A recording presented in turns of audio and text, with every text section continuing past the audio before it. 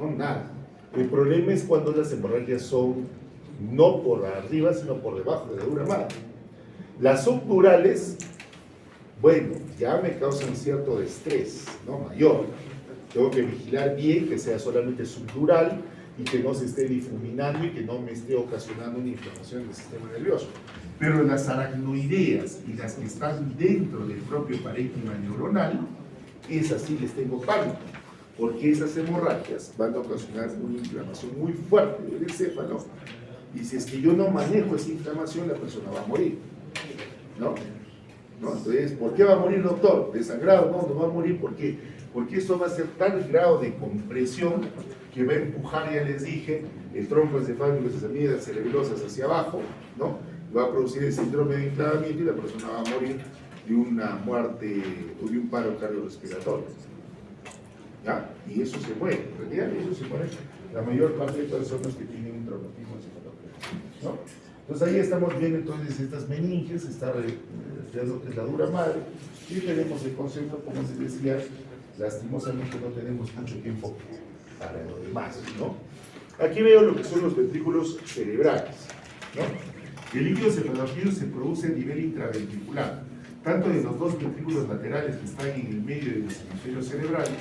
Este de acá correspondería a lo que es el tercer ventrículo, este es el acueducto de Monroe, el cuarto ventrículo, y de este cuarto ventrículo sale hacia afuera por los agujeros de Luschkeider-Mayen, ¿no? Entonces, estar dentro del cerebro pasan a estar hacia afuera, ¿no? Y a difundirse por todo lo que es el espacio aracnoideo, ¿no? ¿Y dónde se reabsorbe? Se reabsorbe aquí, a nivel de los senos longitudinales superiores, donde encontramos las deposiciones de Pachioli, ¿no? Ahí son órganos especializados que reabsorben ese líquido cefalorraquídeo. Porque lo que resulta es que permanentemente se está produciendo líquido cefalorraquídeo a nivel de los plexos coroideos y permanentemente se están absorbiendo a nivel de las vellosidades aracnoideas sobre las lesiones de Pachioli, ¿ya? Entonces es un sistema, ¿no?, de producción y de recirculación, ¿ya?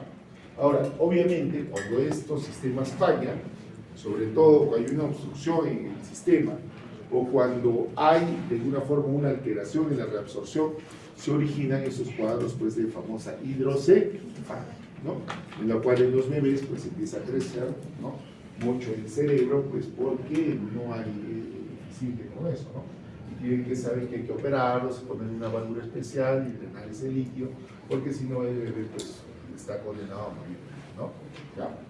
Listo. Entonces sigamos, vamos avanzando, de hecho no tenemos tiempo mucho, ¿ya? Entonces aquí estamos viendo cómo en la parte final la pía madre dándose un elonga mucho más que la dura madre y el aracnoides dando origen a lo que es el filum terminalis, que se fija el periodo de la primera vértebra porcina, ¿no? Entonces ahí estamos viendo a la pía madre, ¿no?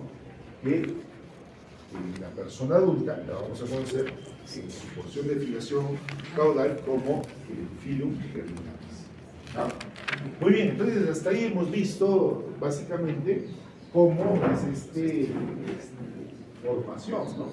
Entonces, en cuanto al origen del sistema nervioso, ya en resumen, estamos viendo que es un tubo neuronal craneal que tiene un cuarto par de somitas. Las vesículas cerebrales primarias se originan a partir de la fusión de los pliegues neuronales craneales, y esto ocurre porque se ha cerrado el neuroporo rostral, ¿ya?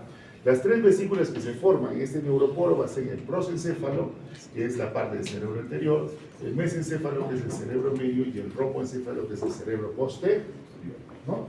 Y es simplemente a nivel de fijar estos conocimientos, ¿no? Entonces, por un lado tenemos la médula espinal, no tocamos porque acá vamos a revisar qué es lo que es el desarrollo de lo que es la médula espinal. Ahora estamos acá. Cerebro y troncoencefálico. Cerebro me va a dar origen lo que es el telencéfalo y el diencéfalo. Tronco encefálico, lo que es el mesencéfalo y el romboencéfalo. Y el mesencéfalo se divide en lo que es el metencéfalo, que es el puente o cerebelo, y el mielencéfalo, en lo que es la médula, ¿no?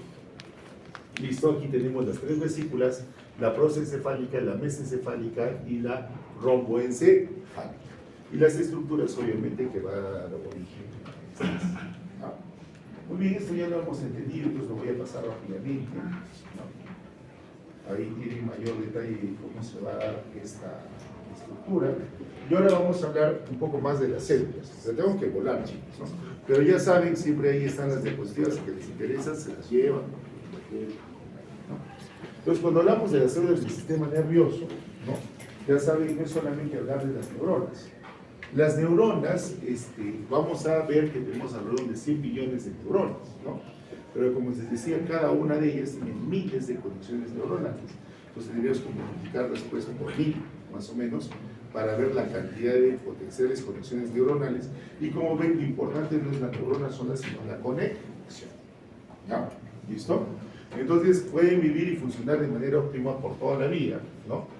Eso es importante, pero también tenemos que saber que a diario perdemos, desde que nacemos, neuronas.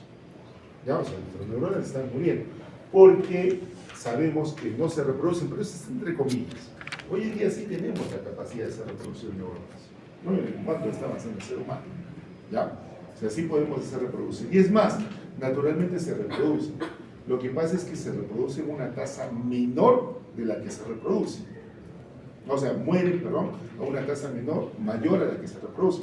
Y eso hace que aparentemente el balance es negativo y permanentemente estamos con menos neuronas. O sea, ustedes se han despertado hoy día con menos neuronas que ayer. ¿Ya? Pero no nos preocupa eso porque ya sabemos que lo importante no es la cantidad, sino lo importante es la cantidad de conexiones neuronales.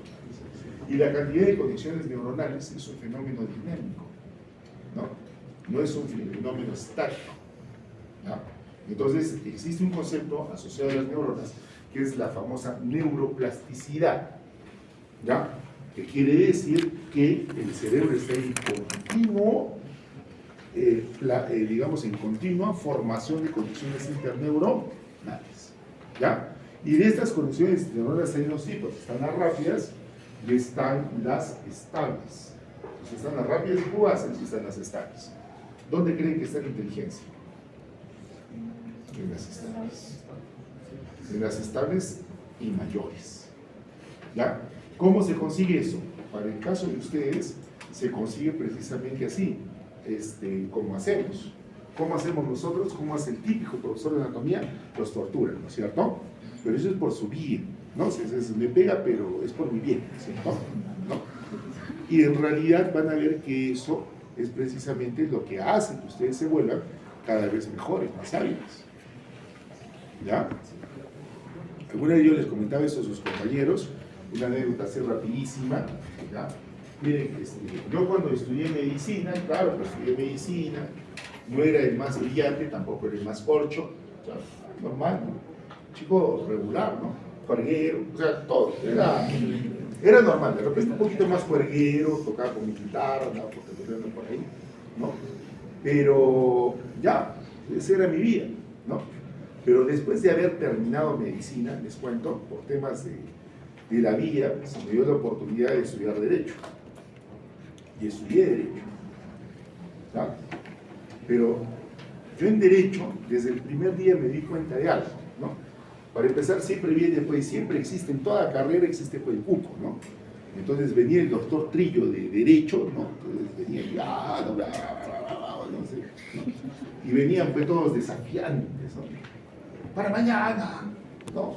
Me leen el libro tantos, el Código Penal, y esto y lo otro. Para mañana, cuando tú veías que era para mañana, eran pues libros así, ¿no? Entonces al día siguiente, que era mañana, venía nuevamente desafiante y yo empezaba, tú, otra vez, ¿no? Y de repente, pues yo, ahí en una esquinita,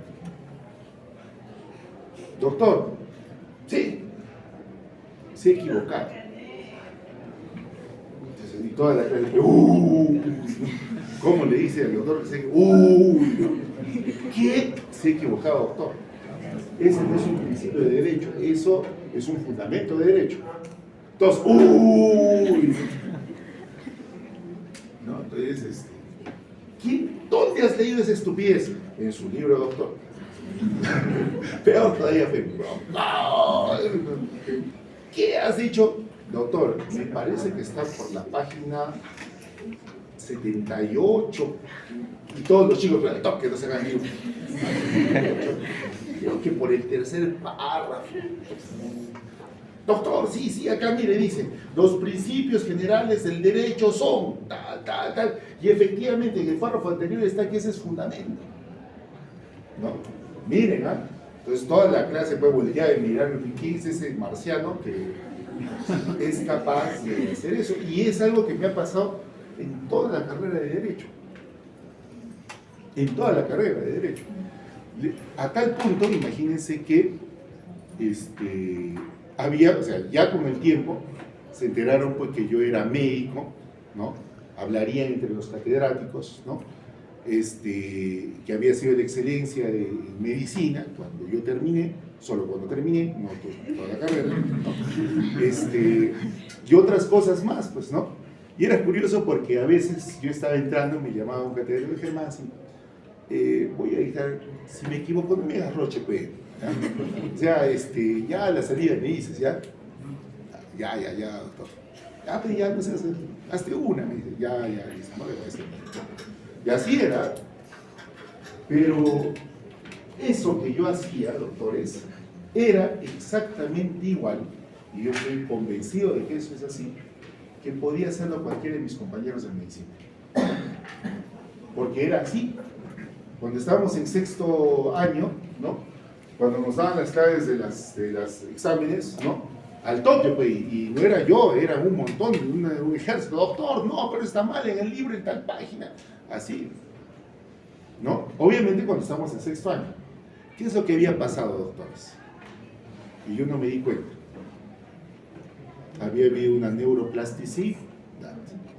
Nuestra capacidad de retener y manejar información, precisamente por la tortura esa que están sufriendo ahorita, cambió. Y no nos dimos cuenta, ¿no? Y por eso es que yo, siendo cualquiera de medicina, ¿no? Pues en un ambiente de cachimbos de derecho, pues inmediatamente se hacía presente esa capacidad superior a los demás, ¿no? Y podía ser. No es de que yo haya nacido genio, ¿no? Entonces, dense cuenta, esa es